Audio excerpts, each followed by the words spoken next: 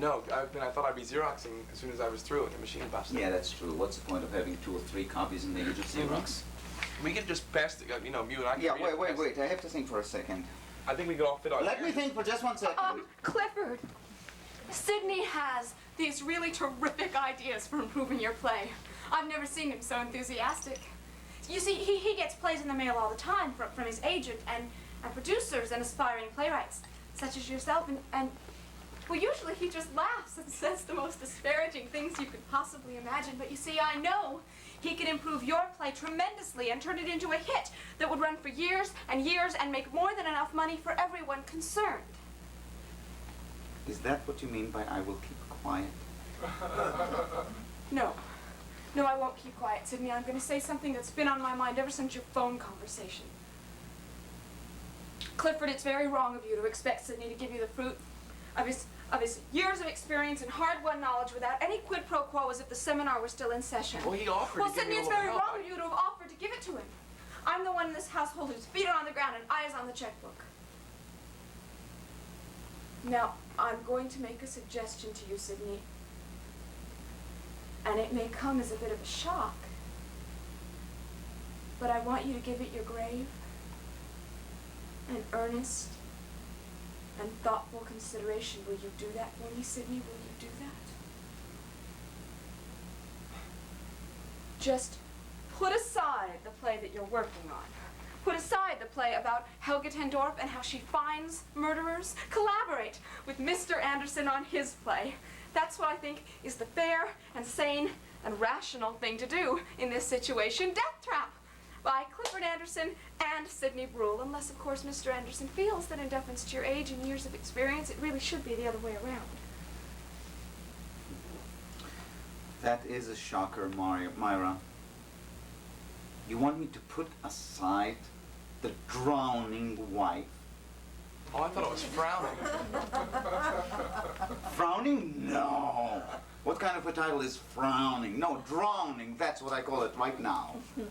It has this women's lib overtones and ESP. Such a timely play. It will keep, Sidney. People are always interested in plays about psychics who can point to somebody and say, this man murdered this man. Sidney, please help Mr. Anderson for me, please. That's very persuasive, Myra. How does it grab you, Clifford? Suddenly feel as if I'm on the spot here. You are. Myra put you there. Well, I just As a matter of fact, she put both of us. felt it should be brought up before anything was done. Yes, you're quite right, Myra. You're quite right.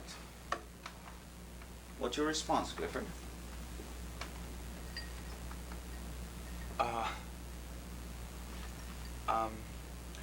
Okay.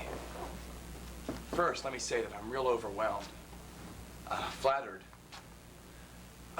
staggered, really, that Sidney Bruhl would even consider putting aside one of his own ideas to work with me on mine, because when you think about it, there I was in that theater when I was 12 years old. Okay, we got the gist of the message. You were 12.